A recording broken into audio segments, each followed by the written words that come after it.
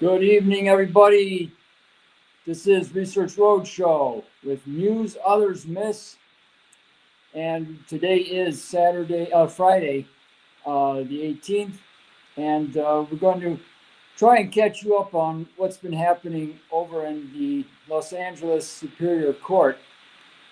But we're also going to try and tie it to a few other stories that are in the news, and one story that should be in the news, but it's not.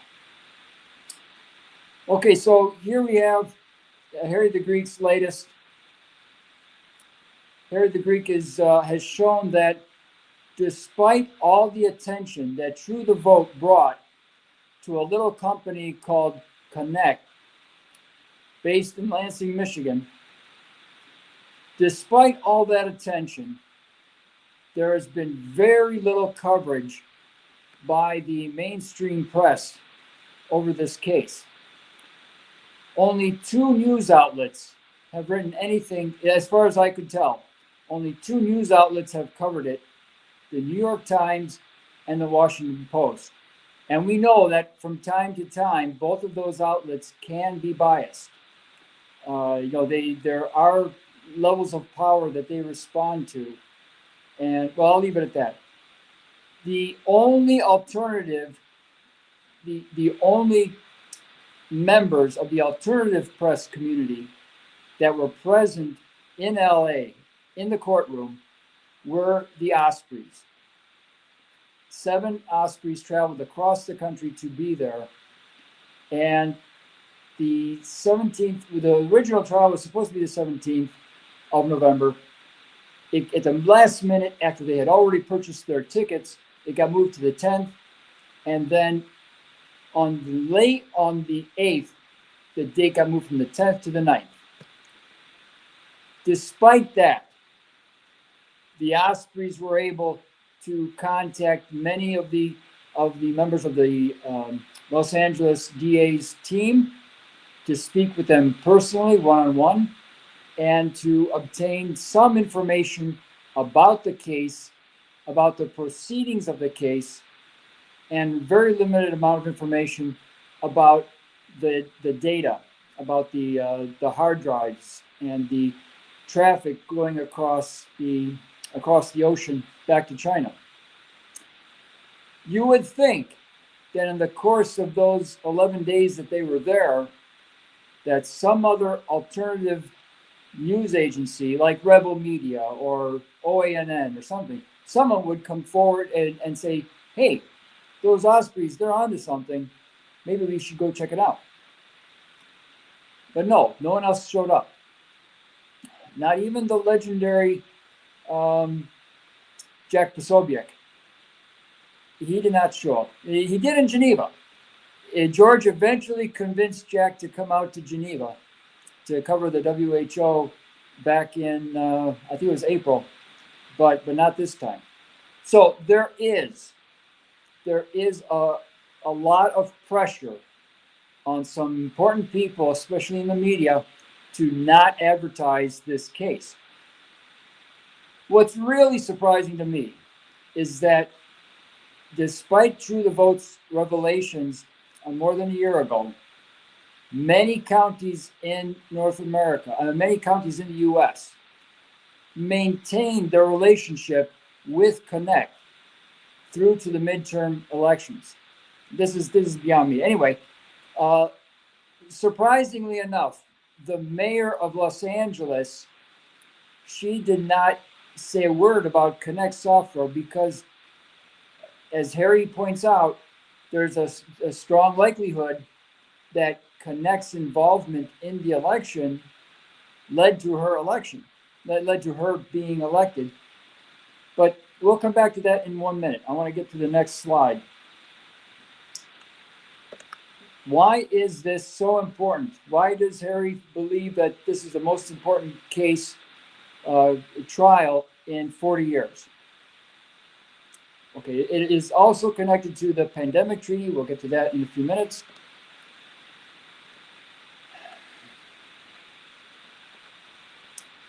I apologize for this. I'm not as organized as I should be. The Konnech case is important because of who the Konnech founders are connected to. Going back to when it was still LJ Connections, Lionel Jianwei Connections, and who were their partners in New York City and in Boston. Okay, right now I can't find it.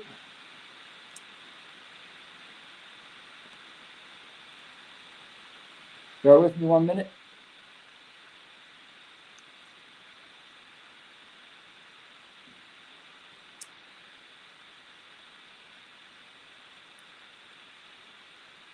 Okay, let's go back to the book cover that I showed you.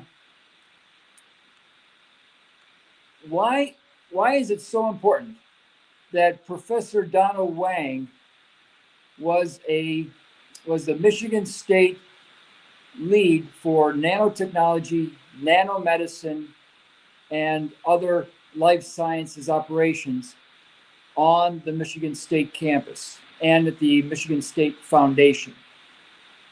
Because Professor Wang's connections to the biological community in the Boston area, and possibly, although we're not sure about this, in the San Francisco Bay Area, those connections are important because it shows that people in that industry might have a vested interest in the outcome of an election, whether that be at the county level, the state level, or the federal level. And here, for the next few days, we're going to concentrate on the state level, the state of Michigan in particular. Why would senior members of the biological pyramid have a vested interest in these elections, making sure that they go the right way? Between parentheses, right way here means right for them, in the direction that the globalists or a certain faction of the globalists want to move. Because those elected representatives have to approve certain key strategic documents that people overseas in Europe, in Brussels, and in Shanghai, and in Nanjing have already approved and signed up to. They've got buy-in from a lot of parties, and they've made their plans already 10 years ago. So it would be extremely inconvenient for them if a governor of a key state were to not sign certain authorization allowing certain law changes regarding the use of biological facilities, how close the facilities can be to habitated areas, et cetera, and so on. And right now, the most important case that comes to mind for me is the deal that Merck signed with the city of Albany. We'll get to that tomorrow. So it's important to know, and if the opportunity comes around during Thanksgiving, if you're talking with your family about political issues, try to get them to latch on to the idea that there's some powerful people in the world who are, well, it's kind of obvious. Every TV show has 5 or 6 commercials showing you advertising a health product. And yet we're getting less and less healthy as Americans. Try and help them understand that there is a connection between all the commercials that they're seeing on television and the certain events happening in the news, like biological laboratory opening up in Kansas, Manhattan, Kansas. Try and get them to understand that these mRNA vaccines that we're seeing now for COVID-19 are only the first step, or possibly the first step, towards microRNA being used for everything, from the common cold to lung cancer to pancreatic cancer, to you name it. Try every commercial that you watch, because there's going to be, Thanksgiving means turkey, and that means football. So there's going to be a lot of football games around Thanksgiving. That means lots of health product commercials. And that means an opportunity for you and me to open up the discussion. What is this health product being advertised for now, during prime time? Is there any event in the news lately? For example, the signing the World Health Authority agreements with our State Department. Could that be connected to the advertisements we're seeing on this football match? Anyway, let's go to the next slide.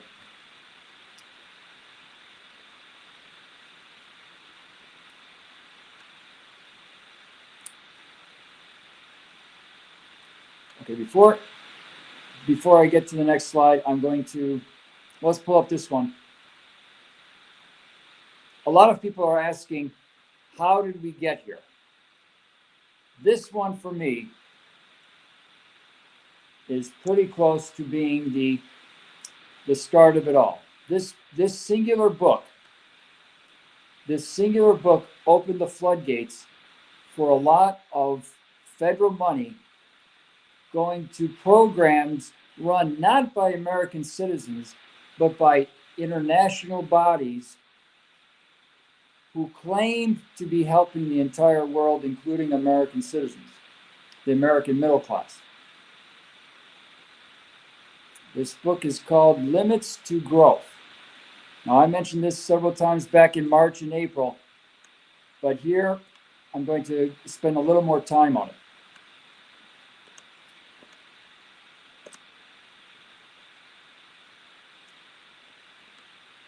All right, I hope you can see that at home.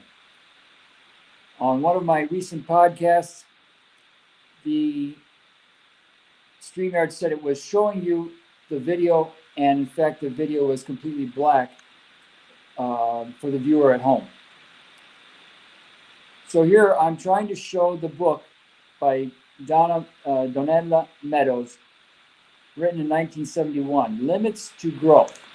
Why is this such an important book? How does it relate to the Konnech trial and the powers that be in Europe taking hold of our elections? Because this book was the unofficial excuse for why we need sustainability programs, for Agenda 21, for Agenda 2030, for all of the associated programs like Cordis Framework 5, Cordis Framework 6, Cordis Framework 7. All of those programs were generated by the conclusions of this book, that we were hitting peak oil, that we were running out of resources, that all of the fish would die, that most of the mammals in North America, South America, and Africa would die. The Limits to Growth was a huge achievement for a major subset of the globalists. And so you're asking, why is Limits to Growth? Okay, John, I get it that Limits to Growth had to do with sustainability, but what's it got to do with the Konnech trial? Because here we're getting into an area which says that this started the trend of, it's too complex, little people, you'll never get it. It requires experts with white coats and a sharp pencil and huge computers, supercomputers with 4 petaflops or 10 petaflops that can do these insane calculations to show that we're running out of resources. It's too complex for you guys, for you little people to figure out. So just let us handle it, okay? Now, obviously, it was the smaller, the weaker European countries that fell first. And, you know, because the larger countries like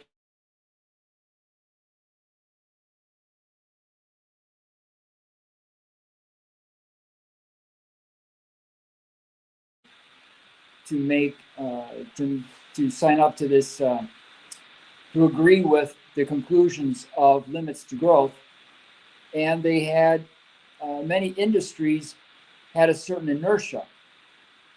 I'm not saying that all those industries, like the steel industry in Italy, or the plastics industry in Germany, I'm not saying that those were perfectly harmonious with nature, that there didn't need to be some regulation or oversight, but that there was a machine there. The aerospace industry in Europe, the chemical industry, like I said, there's an inertia, and so it was very, very hard. It's going to be a long 50, 60, 70-year process to turn those industries towards the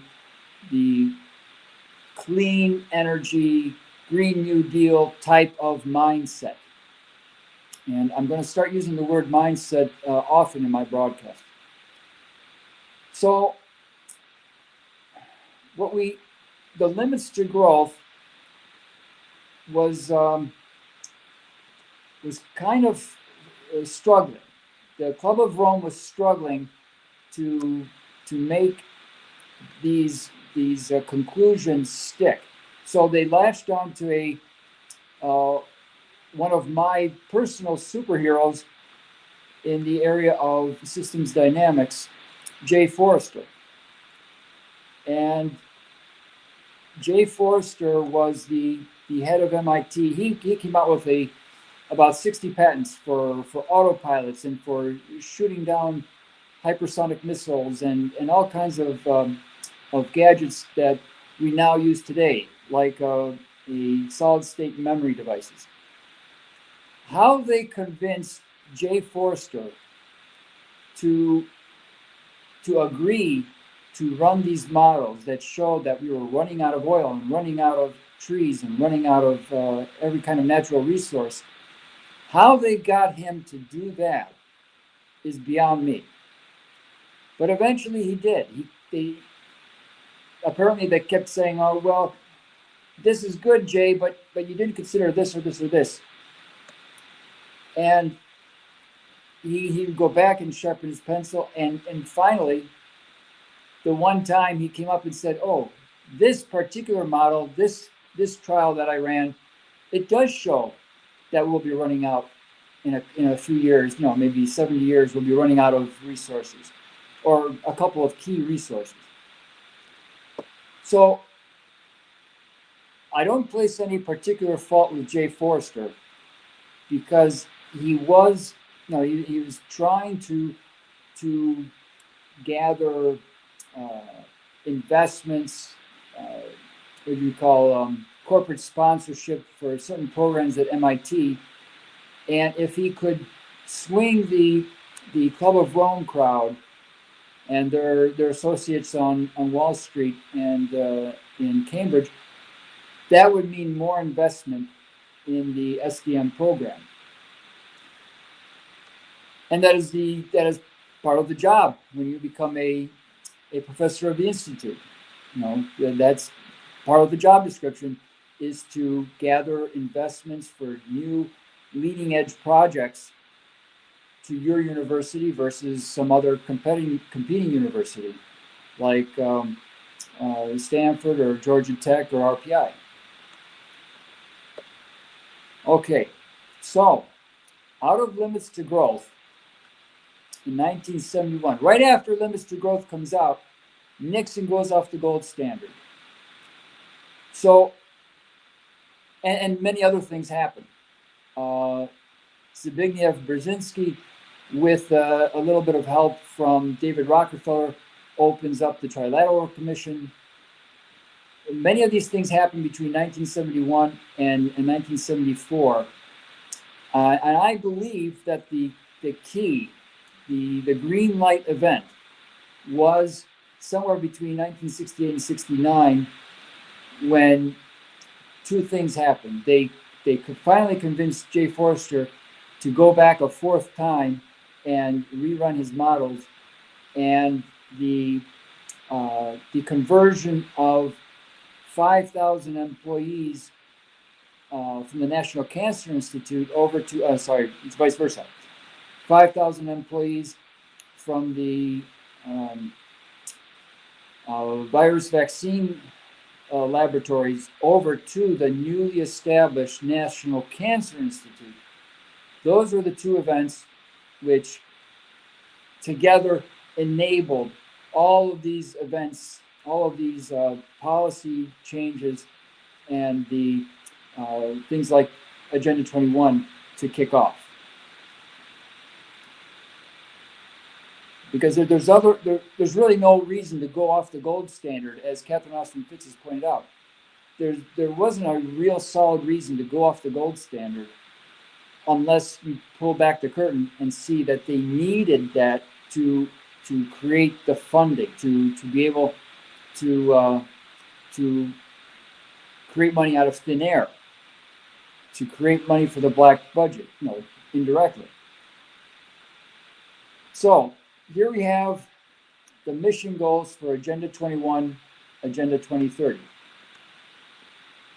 Many of the subscribers watching this today know most of these already. One world government, one world cashless currency, one world central bank, one world military. Notice it doesn't say one world central bank without Russia and without China. Russia and China are in the deal here. The end of national sovereignty, the end of all privately owned property. Let me stop there for a minute. In Italy, the amount of land privately owned and the amount of real estate privately owned by Italian citizens, or I should say the bottom 90% of Italian citizens, has been going down very rapidly for the past 30 years. And roughly around 2028, 2030, we're there. The bottom 90% will own zero real estate and zero land, especially agricultural land. The big boys have a plan to get it. They're going to get it, all of it. So it's only for the top 0.1% and their minions who are going to preserve some amount of private property, either private outright or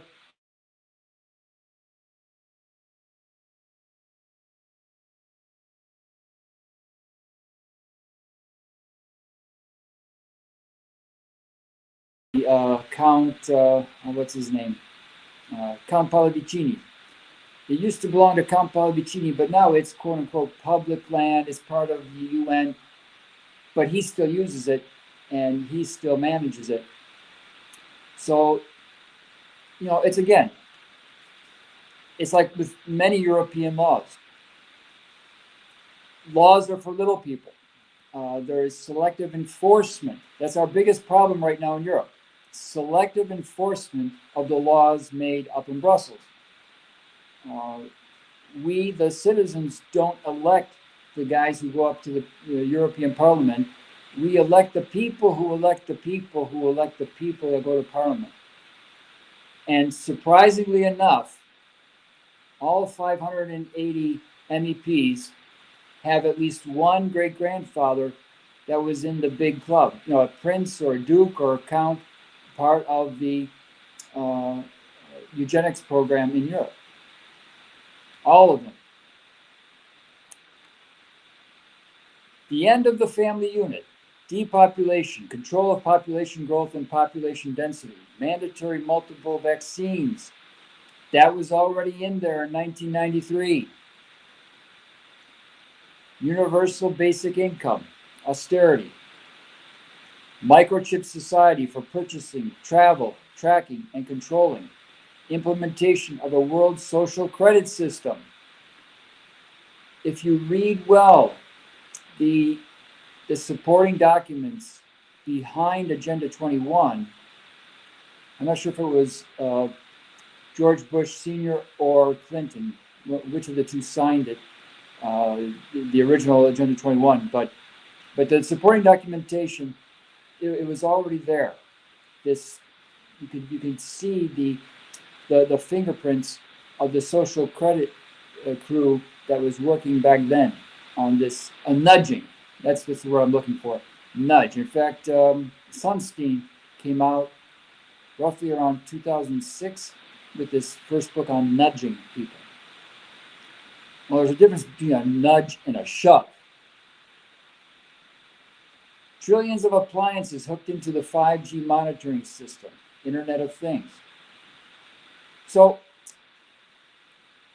when I first found out that Agenda 21 was a real deal, was a serious, something that we needed to be very concerned about, I think it was back in 2007.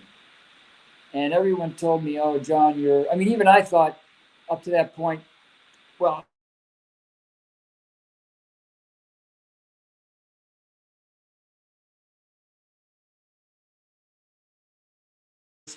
lost their farms. And in trying to understand why they lost their farms, for things like there was a runoff into a stream, and that stream was protected by some EU norm, then I finally realized it.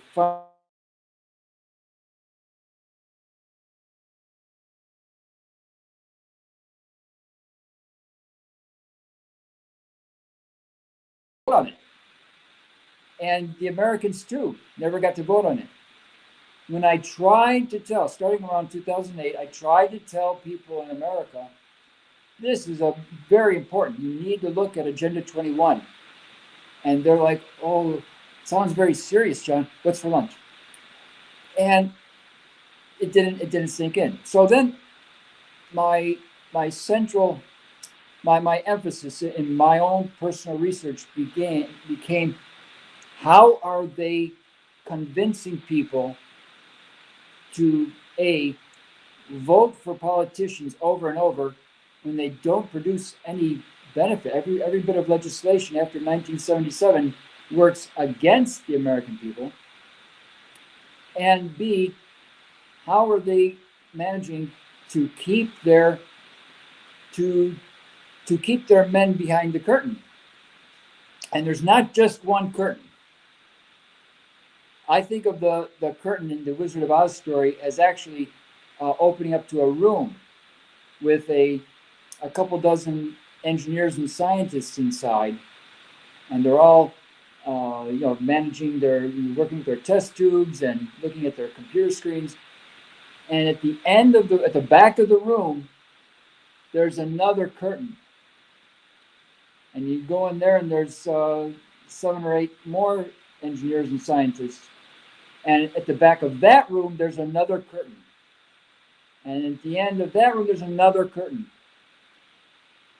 So that's why it has taken me over 49,000 hours of research to figure out who's zooming who's directing what.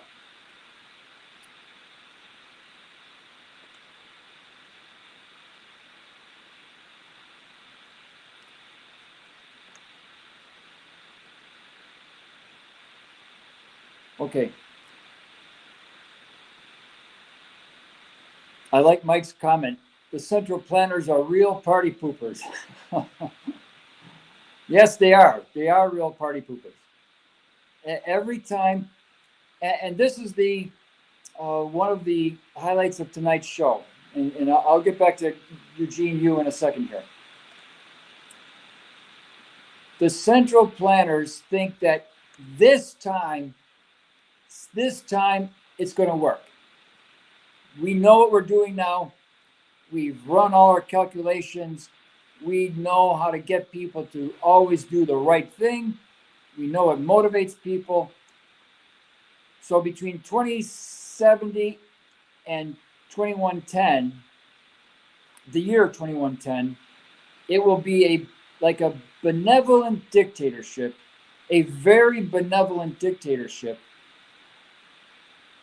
And after that, we won't even need the AI. We won't even need the central planners anymore, because everyone will be so elevated. We will all have IQs of 300. We will all do the right thing all the time. Just look at Star Trek. Star Trek has been predictive programming since 1965. Did you ever see anyone in Star Trek on any episode use cash? No. They need an apple, they go and they take an apple. There's no prices. See, this is why they keep the debate going between socialism good, communism, capitalism bad. No, capitalism good, socialism bad. They keep that debate going. It's the old Hegelian dialect, because they know that in the future there won't be any money, there won't be any prices. There won't, just like the deers and the antelope, they don't use money. They don't have budget deficits or national debts. In the new system, there won't be any of that. Like I said, they think that they've got it all worked out. This time it's going to work with enough nudging, nudge in the sense of Cass Sunstein. With enough nudging, people are going to always do the right thing. They're always going to work together. We'll be stronger together. We won't need money at all, so there will be no corruption. I am not convinced that they've thought of everything. And many of you have heard me talk about my Googleplex example. They thought that they'd worked out everything with Googleplex too. The nice new campus in Menlo Park. But after about 10 years, the Googleplex started to show cracks, right? Certain engineers got really upset at the way they were being nudged and decided to break ranks. Anyway, what I'm trying to get at here is Eugene Yu and Lionel Ni and their associates in Boston and in Shanghai and Wuhan are very, very, very important figures. How do we know that? First of all, no one in Atlanta, no one in Cleveland, no one in Detroit, no one in Pittsburgh is talking about the case, because their local newspapers are not discussing it, except maybe on page 25. It is important because look at what Harry brought out 2 days ago. The DA was supposed to have been Gascon. A little bit of light shown on Gascon made him surrender the case to the deputy DA. I'm talking here about the Eugene Yu trial in Los Angeles Superior Court. The deputy DA was, Neff, I think is his name, Eric Neff. The deputy DA, after 7 Ospreys found out his name and tried to track him down for comment, they told Harry, well, he is assigned to the case. No, he's not. Well, he's no longer deputy DA. He went to work for a private firm. Oh, no, wait, we take that back. You cannot get, and Harry could not get a straight answer on who was actually charged as the prosecuting attorney in the case. He could not get a straight answer on just about any facet of the case. And I remind you that in the 3rd episode, I pointed out that he couldn't even find the case number. The case number was hidden from public view. And that's a basic, it is fundamental that the public know someone is being charged with a crime, his name or her name, the case number, the date of the arrest. This is fundamental to any kind of democracy or representative government. If those don't exist, then the powers that be can come in the middle of the night, pull you out of your house, and drag you somewhere out in the country and do what they want to you. This idea of a case number, being able to know who was arrested, what he was arrested for or charged with, the details of the case, where he was arrested, the arresting officer. We still don't know who arrested him. We still don't know that.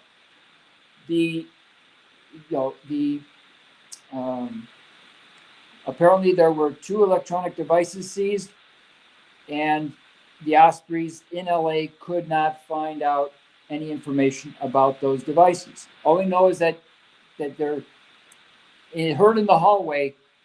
The total is 350 terabytes, probably a subset of a much larger package, many thousands of terabytes that have gone back to China since 2018.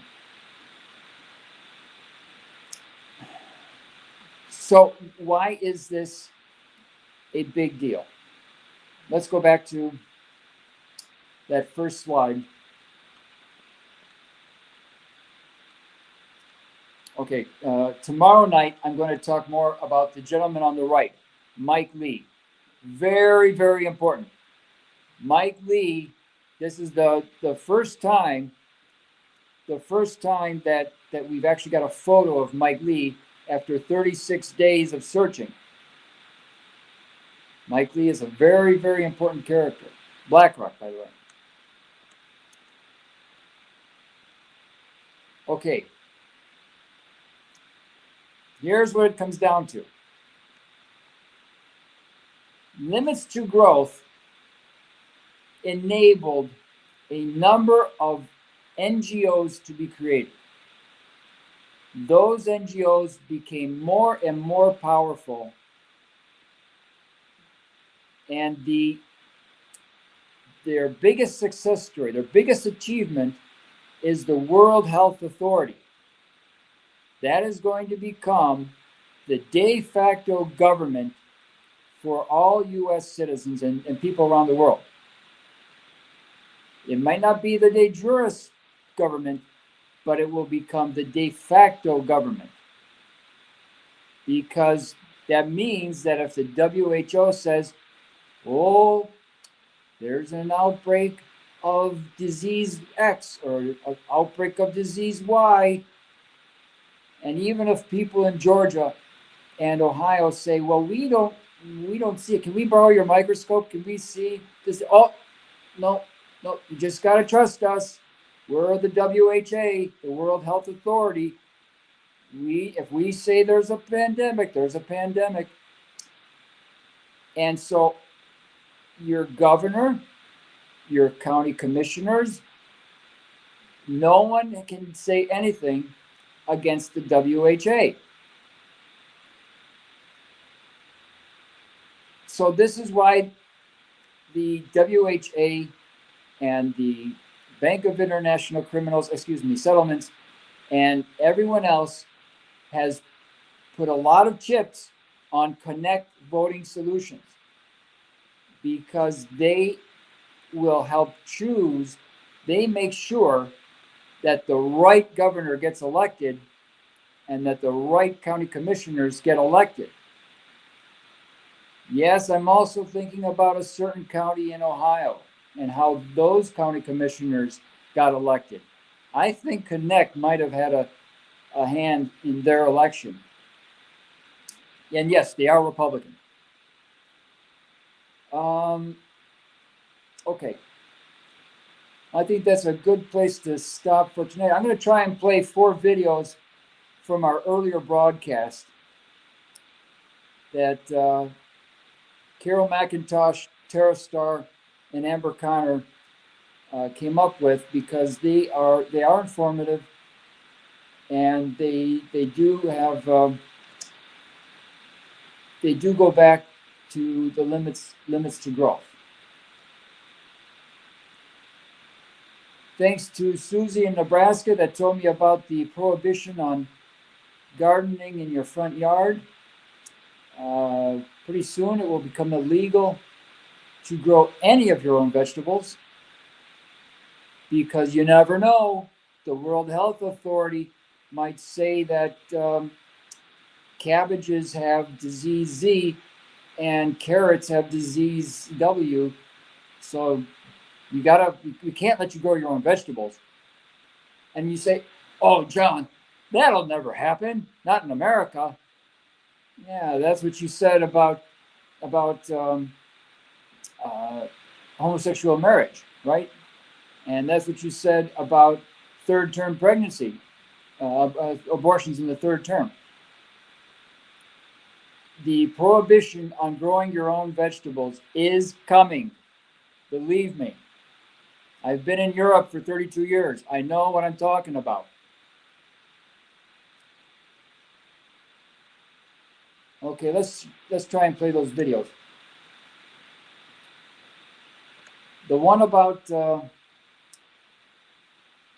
like Amber said in the earlier broadcast, God is laughing. God didn't read your business plan, WHO, and God didn't read your prospectus, BlackRock.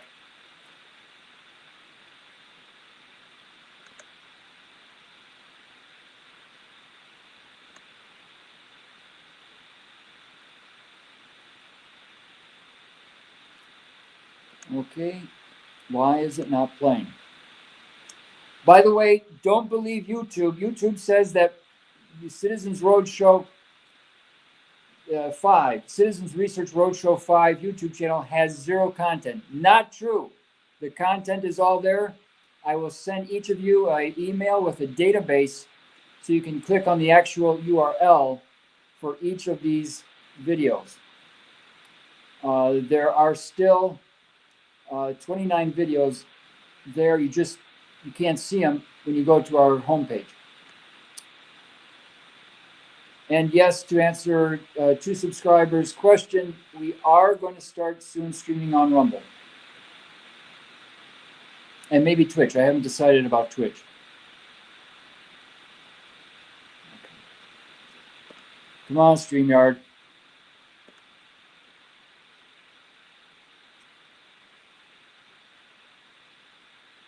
The Mobsterful made me remember a commercial from 1983.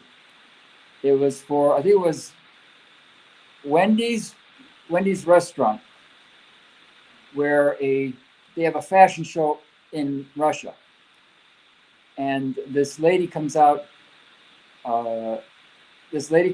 showing that no choice is no fun, right?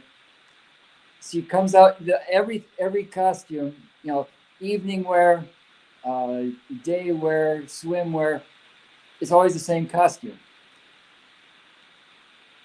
So tomorrow I'll look for that video. Is next swimwear.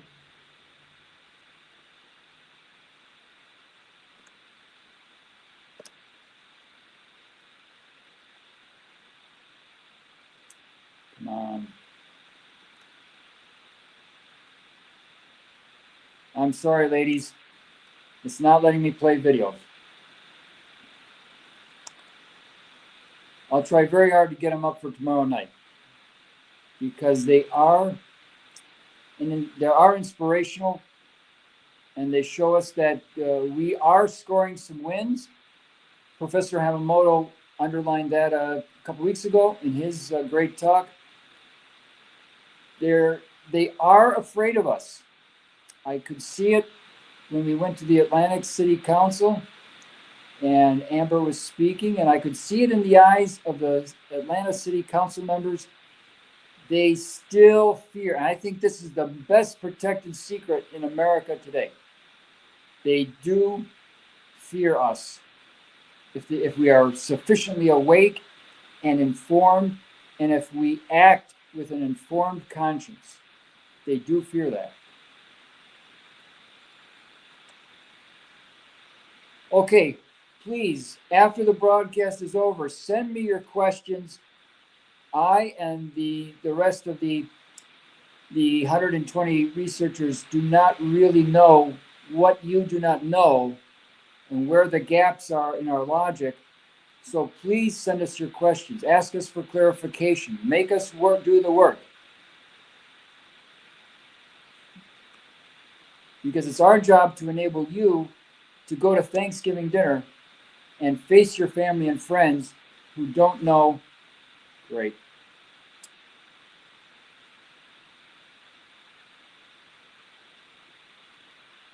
Our job is to enable you to go to Thanksgiving dinner and confront your family and close friends with good, solid information that will make them think, really think about the hypocrisy, the incredible hypocrisy between what the deep state actors are telling us they're designing for us and what they actually do in their own lives.